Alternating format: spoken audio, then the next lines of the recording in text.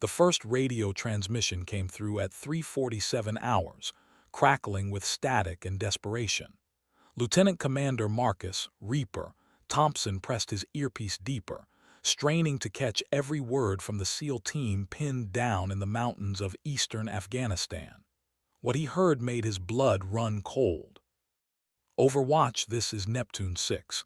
We have multiple KIA, request immediate CAS. Enemy mortars inbound from Grid 41 Sierra Papa Quebec 7892. How copy? Thompson's fingers flew across his console in the dimly lit Combat Operations Center at Bagram Air Base. The mission had been routine: extract a high-value target from a Taliban compound. Now Neptune team was fighting for their lives against overwhelming odds, trapped in a valley with nowhere to run. Neptune 6, Overwatch copies all. Stand by for air support coordination. But as Thompson scanned his available assets, his stomach dropped. Every close air support platform was either down for maintenance or committed to other operations.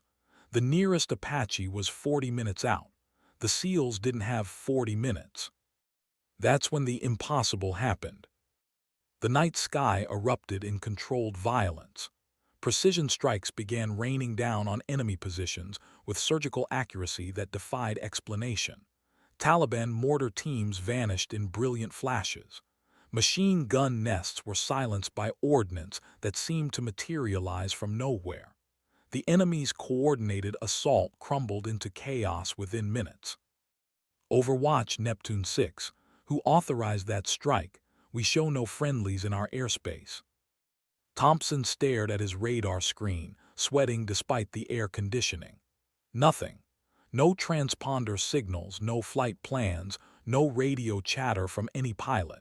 Yet something, was systematically dismantling the Taliban force with the kind of precision that took years to master. Neptune 6 stand by, checking with higher. But Thompson already knew what he'd find. No authorization had been given. No aircraft had been scrambled.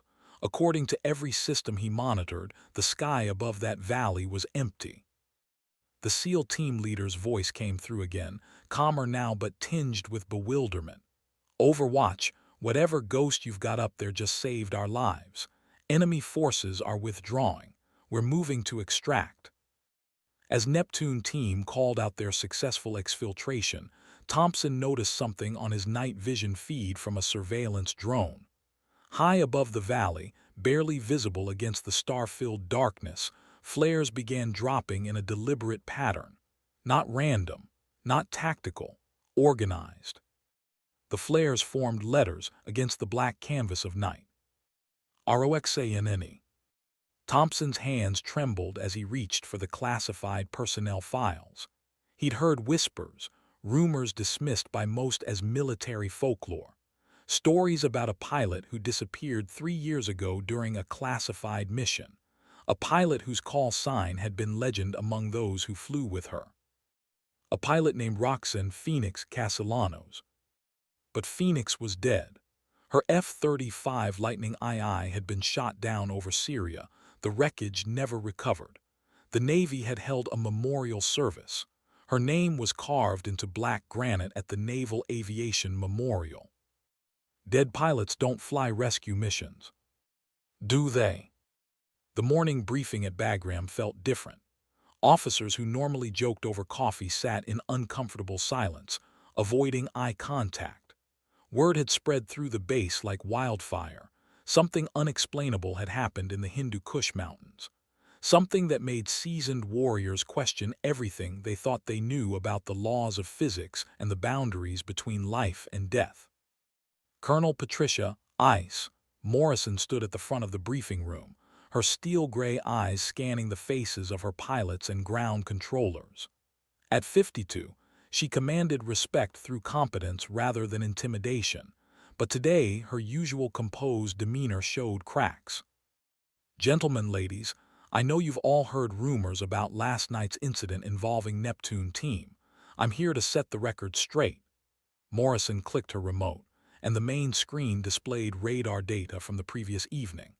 At 3:52 hours, SEAL Team Neptune came under heavy fire and requested immediate close air support. All available CAS assets were committed to other operations. A murmur rippled through the room. Everyone knew what that meant. Neptune should have died in that valley. At 3:54, enemy positions began taking accurate fire from an unknown aircraft. The strikes were surgical, effective, and completely unauthorized. Morrison's voice carried the weight of 3 decades in military aviation. I've spent the night reviewing every piece of telemetry data, every radar sweep, every communication log. According to our systems, no friendly aircraft operated in that airspace. Captain James Hawkeye Rodriguez raised his hand. Ma'am, what about the flare pattern the surveillance drone caught? I'm aware of the pattern, Captain.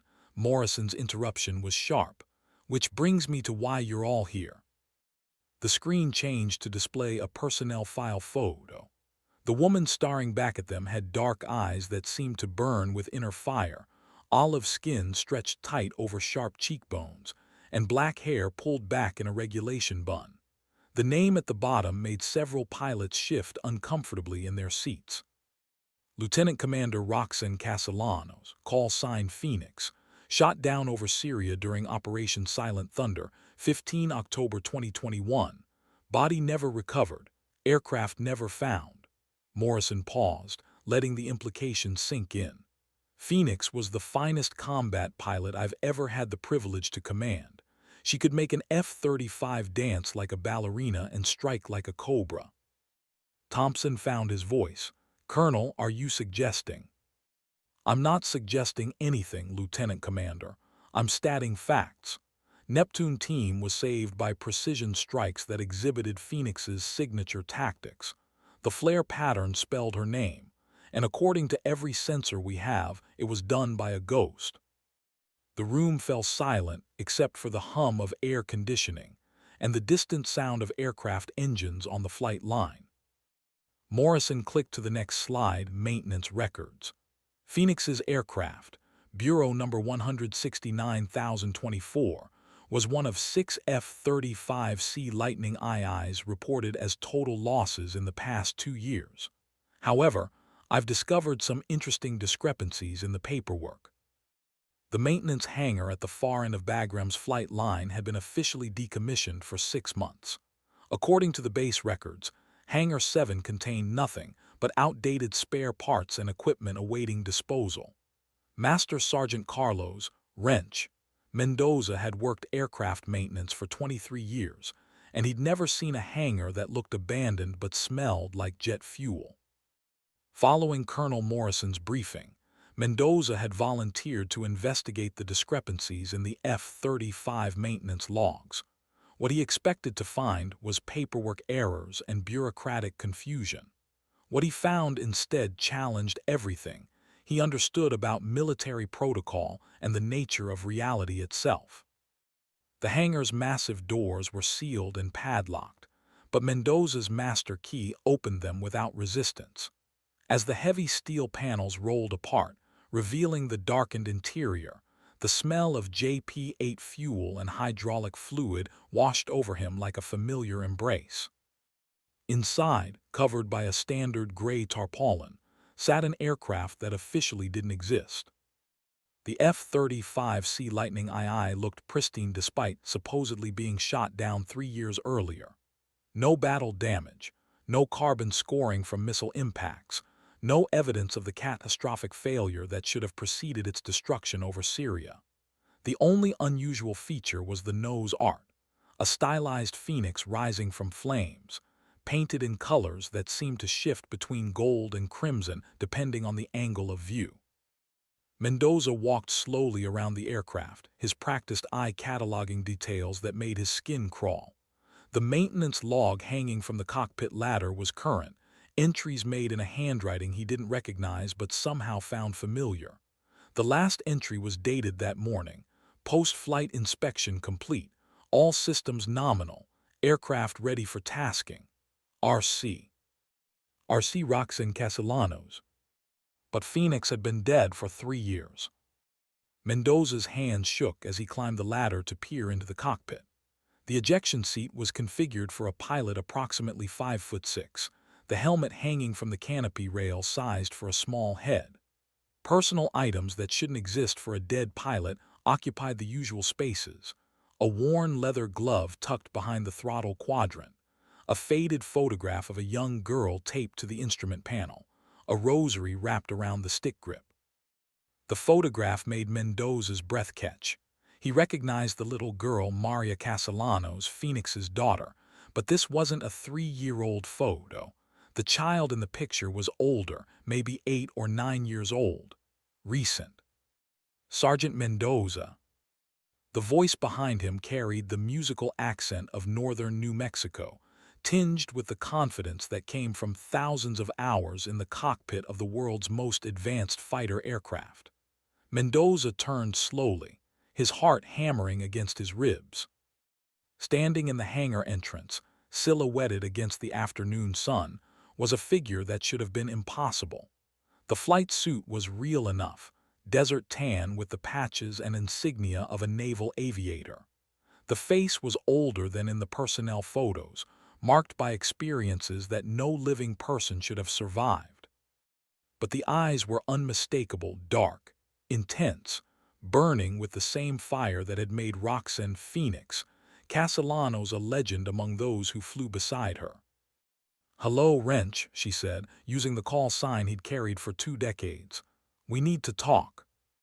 Roxanne Castellanos looked older than her 34 years, her face carrying lines that spoke of battles fought beyond the reach of official records.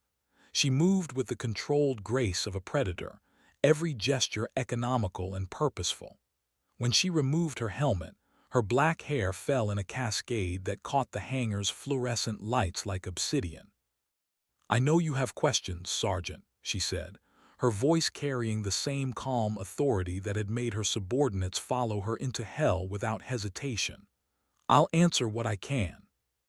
Mendoza climbed down from the aircraft, his legs unsteady. 23 years of military service had prepared him for many things, but conversations with dead pilots hadn't been covered in any technical manual. "Ma'am, the records show your aircraft was destroyed over Syria. Your memorial service was premature." Phoenix walked to a workbench where maintenance tools were arranged with military precision. She picked up a wrench, testing its weight with the familiarity of someone who understood that survival often depended on the ability to fix what was broken. "The mission went sideways. We were compromised before we reached the target zone." "We..." Phoenix's eyes grew distant, focusing on something Mendoza couldn't see. "Black operations don't officially exist, Sergeant. Neither do the pilots who fly them. When the mission parameters changed, so did our status. We became ghosts by necessity, not choice." Mendoza felt sweat beading on his forehead despite the hangar's air conditioning. "Ma'am, with respect, you're talking about classified. Classification levels become irrelevant when you're declared dead." Phoenix set down the wrench and moved to the aircraft's nose, running her fingers along the painted phoenix with something approaching tenderness. "For 3 years, I've been flying missions that never happened, using aircraft that were never built, protecting assets that officially don't exist. But last night I broke protocol." Phoenix turned to face him, and Mendoza saw something in her expression that made his breath catch, not the cold professionalism of a black ops pilot, but the fierce protectiveness of a mother. "Neptune Team's extraction zone was 8 kilometers from a village where my daughter is living with my parents." The photograph in the cockpit suddenly made perfect sense. "Maria doesn't know her mother is alive," Phoenix continued. "She thinks I died serving my country. Every night she prays for a ghost. But when those mortars started falling, when the Taliban began their assault, I couldn't maintain operational security. Not when my baby was sleeping 8 kilometers away." Mendoza understood now why the flare pattern had spelled her name. It wasn't a signature or a calling card. It was a message to anyone paying attention that Roxanne Phoenix Castellanos had been there, had acted, had saved American lives. It was proof of existence for a woman who officially no longer existed. The mission was compromised the moment I engaged, Phoenix said. My handlers will be furious, but I'd make the same choice again. What happens now?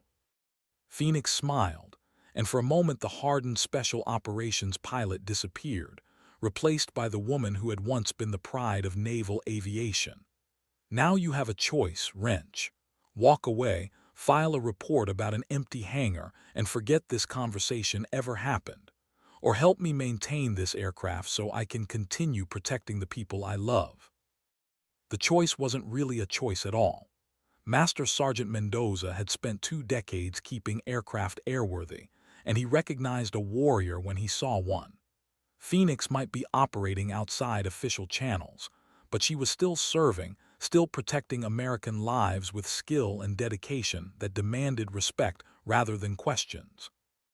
Over the following weeks, their arrangement developed into something that resembled normalcy despite its extraordinary nature. Phoenix would disappear for days at a time, returning with her aircraft bearing the subtle signs of combat operations: heat stress on engine components, slight wear patterns on weapon pylons, the indefinable aura that surrounded machines pushed to their limits in life-or-death situations. Mendoza never asked where she went or what targets she engaged. Phoenix never volunteered the information. Their conversations focused on mechanical issues, system performance, and the thousand small details that kept a $50 million fighter aircraft operational. It was a professional relationship built on mutual respect and shared understanding that some missions existed beyond the reach of official oversight. But late one afternoon, as Mendoza performed routine maintenance on the F-35's engine bay, Phoenix broke her usual silence about operational matters. My daughter asked my mother why God took her mommy away, Phoenix said, her voice carrying across the hangar with the weight of 3 years' worth of suppressed grief. Maria's 8 now. She's starting to forget what I look like. Mendoza paused in his work, recognizing the particular pain that came from sacrifice that couldn't be acknowledged. Military families make hard choices, ma'am, always have. I chose this life before she was born. The deployments, the danger, the possibility that one day I wouldn't come home. Phoenix was cleaning her sidearm, her movements methodical and precise. What I didn't choose was becoming a ghost, being declared dead while I'm still fighting. The hangar fell quiet except for the distant sound of normal flight operations. Aircraft that existed on official manifests, flown by pilots whose names appeared on duty rosters, conducting missions that would be recorded in after-action reports. The program has parameters, Phoenix continued. Rules of engagement that prioritize operational security over everything else, including the lives of individual operators. Last night, I violated those parameters to save Neptune Team. There will be consequences. Mendoza set down his tools. What kind of consequences? Phoenix's expression hardened, the momentary vulnerability disappearing behind the mask of a professional warrior. The kind that mean this might be our last conversation, Sergeant. If my handlers decide I've become a liability, this aircraft will disappear. I'll disappear. The program will continue with other pilots, other ghosts. And your daughter will grow up believing her mother died in service to her country, which, in a way, would be true. Phoenix holstered her weapon and moved to the aircraft's nose, where the painted Phoenix seemed to glow in the hangar's harsh lighting. But I have one more mission to complete before that happens. She turned to face Mendoza, and he saw something in her eyes that he'd witnessed in combat veterans who had reached their breaking point. Not despair, but the deadly calm that came from accepting that some battles could only end one way. I'm going to give Maria something to remember me by, Phoenix said. Something that will let her know that her mother never stopped watching over her. The mission brief arrived through channels that didn't officially exist, delivered by courier to a hangar that wasn't supposed to contain an operational aircraft. Phoenix read the classified documents with the detached professionalism that had carried her through 3 years of ghost operations, but Mendoza could see the tension building in her shoulders. "High-value target in the Panjshir Valley," she said without looking up from the briefing materials. "Taliban leadership meeting, time-sensitive intelligence, surgical strike required." The words carried the weight of routine, but her tone suggested anything but. Mendoza continued his pre-flight inspection, checking systems that had kept both aircraft and pilot alive through dozens of unauthorized missions. Standard parameters. Negative. Phoenix set down the briefing folder and moved to her equipment locker. "This one's different. The target is a compound where the Taliban is holding American humanitarian workers. 3 aid workers captured 2 weeks ago during a clinic raid." The sergeant paused in his inspection. Rescue missions carried higher risk than straight strike operations, requiring precision that left no margin for error. Support assets. None available through official channels. Everything we've got is committed to the drawdown operations. Phoenix began suiting up, her movements carrying the ritualistic precision of someone preparing for combat. "But there's a SEAL team in the area. Neptune team."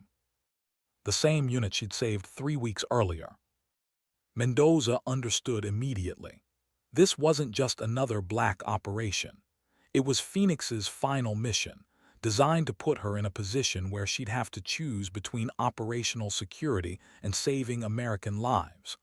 Her handlers were testing her loyalty, determining whether she could still be trusted to prioritize the program over her conscience. "They're setting you up," he said quietly. Phoenix nodded as she pulled on her flight suit.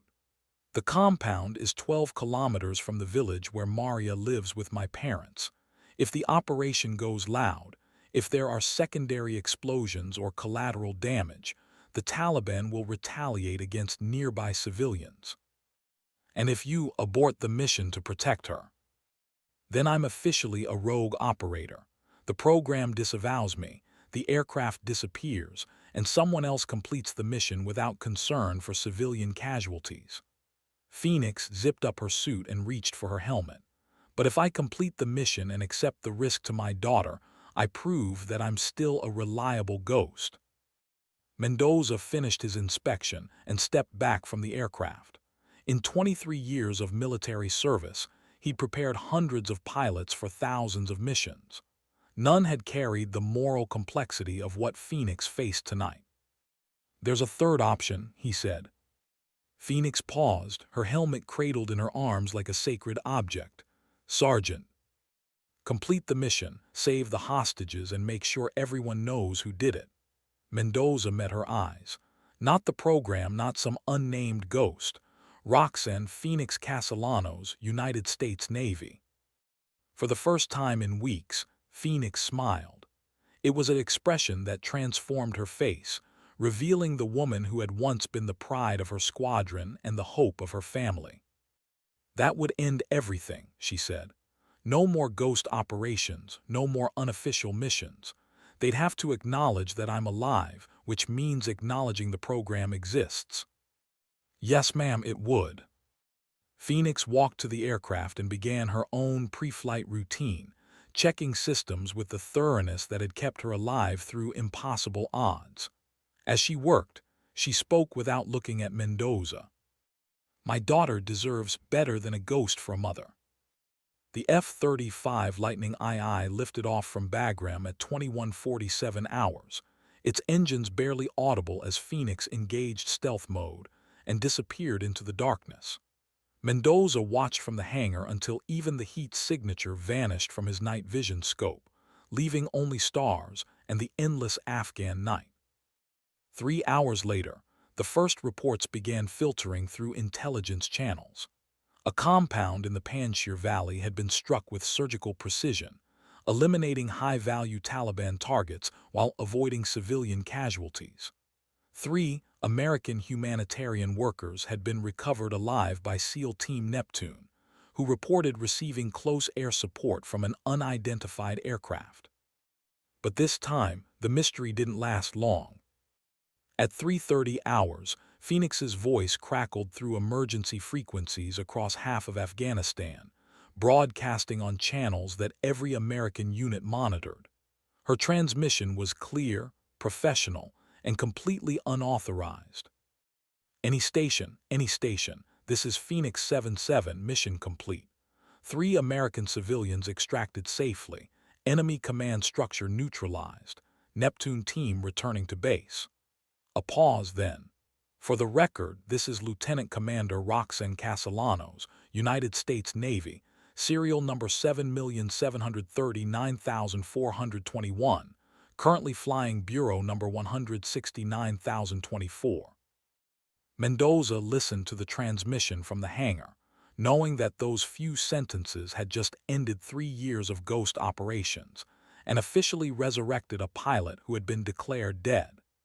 Every intelligence service in the region was recording Phoenix's words, making it impossible for the program to maintain its fictional narrative. 20 minutes later, Phoenix's aircraft appeared on final approach, its navigation lights blazing against the pre-dawn darkness. She landed with the precision that had made her legendary, bringing the F-35 to a perfect stop on the runway centerline. As she taxied toward the hangar, Mendoza could see ground vehicles converging from across the base. Security forces, intelligence officers, senior commanders, everyone who had spent weeks wondering about the ghost pilot now had answers they couldn't ignore.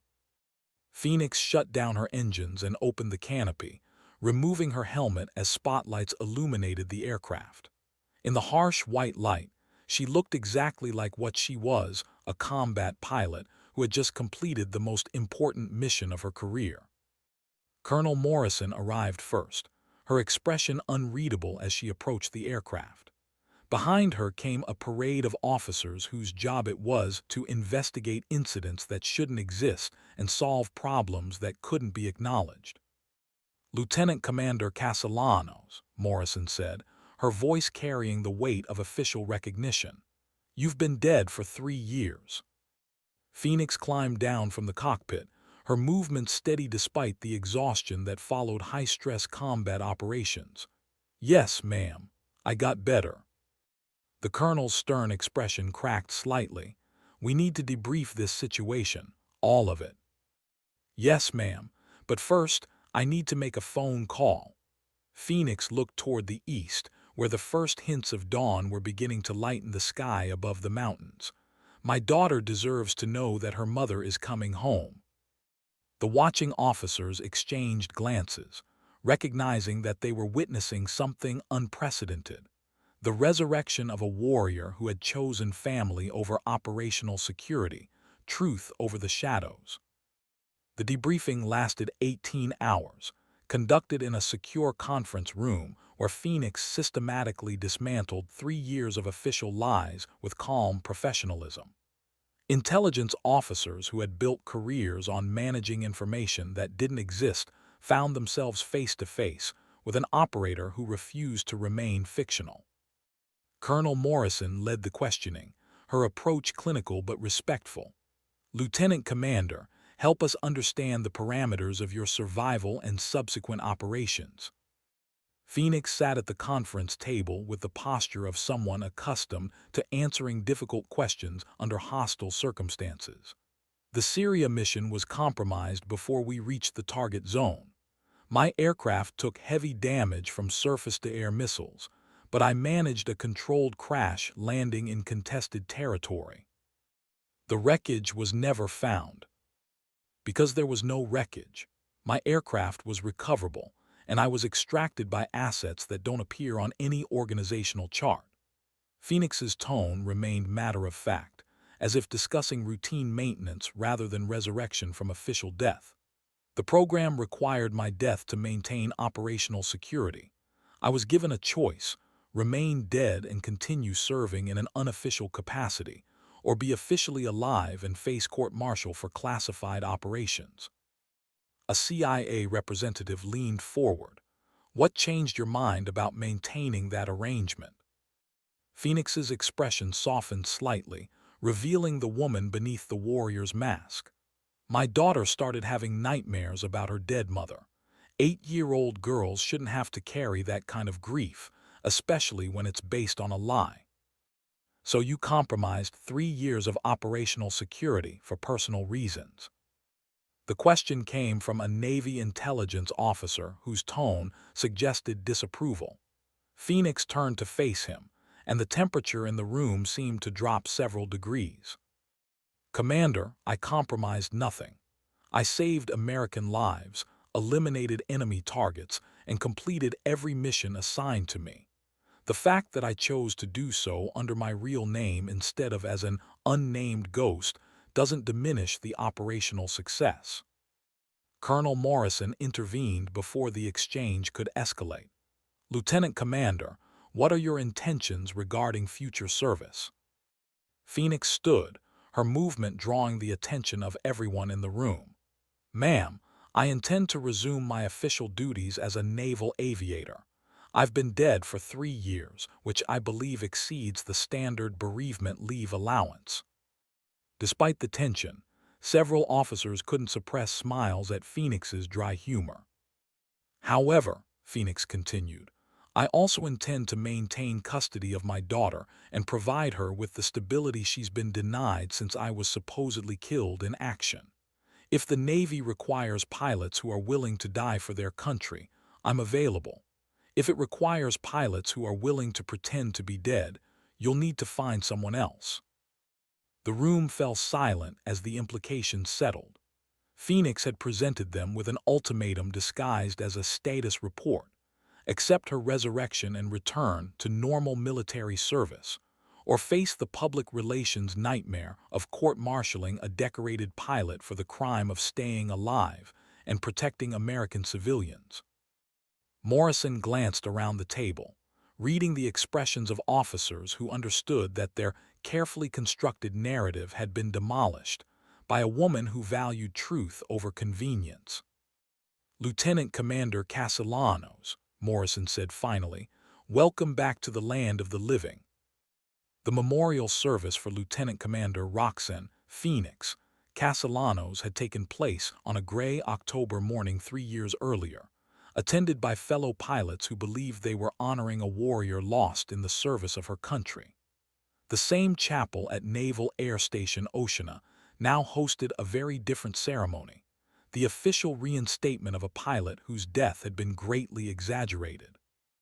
Phoenix stood at attention in her dress blues as Admiral Sarah Viper Blackwood read the orders that formally returned her to active duty. The ribbons on her chest told the story of a career marked by excellence and sacrifice, but they couldn't capture the complexity of a woman who had spent 3 years fighting battles that officially never happened. Lieutenant Commander Castellanos, Admiral Blackwood said, her voice carrying the authority of 3 decades in naval aviation, you are hereby restored to full active duty status with all privileges and responsibilities pertaining thereto. Thank you, ma'am. In the front row of the chapel, 8-year-old Maria Castellano sat between her grandparents, wearing a blue dress that matched her mother's uniform. The little girl's eyes never left Phoenix, as if afraid that looking away might cause her mother to disappear again. The ceremony concluded with the traditional flyover: 4 FA-18 Super Hornets from Phoenix's old squadron passing overhead in missing man formation. But as the official aircraft completed their tribute, a 5th fighter appeared in the distance, approaching from the west with the unmistakable profile of an F-35 Lightning II. Phoenix had requested permission to conduct one final flight in the aircraft that had carried her through 3 years of ghost operations. The Navy had agreed, understanding that some warriors needed to close chapters with the same tools that had written them. As the F-35 passed overhead, Phoenix executed a perfect victory roll, the aircraft's wings catching the afternoon sunlight like metal feathers. It was a gesture that violated at least 6 flight safety regulations, but no one in attendance seemed inclined to file a report. After the ceremony, Phoenix walked with Maria toward the flight line, the little girl's small hand clasped tightly in her mother's. The assembled officers and dignitaries watched them go, recognizing that they were witnessing something rare in military service. A warrior who had found her way home not just from war, but from the shadows that war sometimes demanded. "Mommy," Maria said, her voice carrying the careful pronunciation of a child who had practiced this moment in her dreams, "are you going to stay dead now?" Phoenix knelt to meet her daughter's eyes, seeing her own dark intensity reflected in the child's face. "No, baby. Mommy's done being dead. From now on, I'm just going to be your mom." As they walked toward their future together, Phoenix felt something she hadn't experienced in 3 years, the weight of official recognition rather than the burden of being a ghost. Her name was once again on duty rosters, her aircraft existed in maintenance logs, her missions would be recorded in after-action reports. She was no longer a legend whispered about in briefing rooms and maintenance hangars. She was simply Lieutenant Commander Roxanne Phoenix Castellanos, a pilot who had been away too long and was finally coming home. Behind them, Master Sergeant Mendoza secured the F-35 that had carried Phoenix through her resurrection, preparing it for retirement with the respect due to a machine that had served beyond the call of duty. 6 months later, Phoenix found herself in a familiar position, sitting in a briefing room receiving mission parameters that would take her into harm's way. But this time, the briefing was official, recorded, and attended by pilots whose names appeared on organizational charts. "Intelligence indicates a high-value target in the Kunar province," Colonel Morrison said, clicking through satellite imagery that showed a compound nestled in the mountains near the Pakistani border. "Taliban leadership meeting, time-sensitive opportunity, surgical strike required." Phoenix studied the target area with the analytical intensity that had made her one of the Navy's premier strike pilots. The terrain was challenging, the target well defended, the margin for error minimal. In other words, exactly the kind of mission that had defined her career both before and after her official death. "Support assets?" asked Lieutenant Jake Falcon Rodriguez, one of the new pilots assigned to the squadron. "Standard package, AWACS, tanker support, CSAR on standby." Morrison's briefing style hadn't changed, but Phoenix noticed something different in the colonel's tone when discussing officially sanctioned operations. There was a transparency, an openness that had been absent during the ghost years. "Weather?" Phoenix asked. "Marginal, cloud ceiling at 1,500 feet, visibility 3 miles in haze and blowing sand. Not ideal, but within parameters for precision-guided munitions." Phoenix nodded, already visualizing the approach and attack profiles that would be required.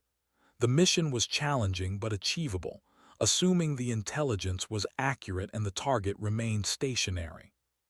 "Time on target, 23:47 local, new moon, minimal ambient light." Morrison clicked to the final briefing slide. "Questions?" Falcon raised his hand.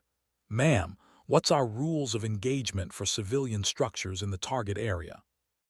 It was a question that Phoenix had asked dozens of times during her ghost years, usually receiving answers that prioritized mission success over civilian casualties. This time, Morrison's response reflected the transparency that came with official operations. "Standard row, positive identification required for all targets, minimal collateral damage, abort if civilian casualties cannot be avoided." Morrison looked directly at Phoenix. "We're Americans, gentlemen. We don't win by becoming monsters." The briefing concluded with the ritual that had preceded every combat mission Phoenix had flown. A moment of silence for those who wouldn't be coming home, followed by the affirmation that had carried naval aviators through every conflict since World War II. "Gentlemen, lady, bring yourselves home safely and bring honor to the service." As the pilots filed out to begin their pre-flight preparations, Morrison caught Phoenix's arm. "Commander, a word." They waited until the briefing room was empty before Morrison spoke again. "How does it feel?" the colonel asked. Flying official missions after 3 years in the shadows. Phoenix considered the question carefully. Different, ma'am. When I was a ghost, every mission felt like it might be the last, not because of enemy action, but because the program could end my existence with a phone call. Now, when I strap into that cockpit, I know I'm coming home to my daughter. Morrison nodded. The program tried to recruit me once, offered me the chance to fly missions that would never be acknowledged against targets that officially didn't exist. What did you tell them? I told them I joined the Navy to serve my country, not to disappear from it. Morrison's expression hardened slightly. Warriors shouldn't have to choose between duty and existence. Phoenix understood that Morrison's comment was both a compliment and an apology, recognition that Phoenix had been forced to make an impossible choice, and respect for the way she'd handled it. Ma'am, permission to speak freely. Always. The Ghost program served a purpose. There are threats that can only be addressed through unofficial means, targets that require deniability. Phoenix paused. But the cost was higher than anyone calculated, not just to the pilots involved, but to the families who mourned people who weren't actually dead. Morrison walked to the briefing room window, looking out at the flight line where aircraft were being prepared for the evening's mission. The program still exists, Commander. Different pilots now, but the same parameters. Phoenix joined her at the window. Then somewhere tonight, there's a ghost pilot preparing for a mission that won't officially happen, flying an aircraft that doesn't exist, protecting people who will never know her name. Does that bother you? Phoenix watched ground crews loading weapons onto the aircraft she would fly in 4 hours. Weapons that would be expended against targets that would be documented in official reports by a pilot whose name would appear in the mission logs. No, ma'am, it gives me hope. How so? Because it means that when the shadows are necessary, there are still warriors willing to disappear into them. But it also means that when the shadows aren't necessary, we can choose to fight in the light. The mission launched at 2200 hours under a moonless sky that provided perfect cover for precision strikes against enemies who believed darkness was their ally. Phoenix's F-35 lifted off from Bagram with the whisper-quiet authority of cutting-edge technology, its stealth characteristics making it invisible to radar systems that might otherwise detect approaching death. Flying on Phoenix's wing was Lieutenant Rodriguez, call sign Falcon, a pilot young enough to be her younger brother, but experienced enough to be trusted with high-risk operations. This was his first mission flying with the legendary Phoenix, and his nervousness crackled through the encrypted communications channel. Phoenix lead, Falcon copies all pre-strike parameters, target area and site maintaining formation. Phoenix smiled inside her helmet. Rodriguez reminded her of herself 15 years earlier, eager, professional, carrying the weight of proving himself worthy of the trust placed in him by more experienced pilots. Falcon Phoenix lead, relax your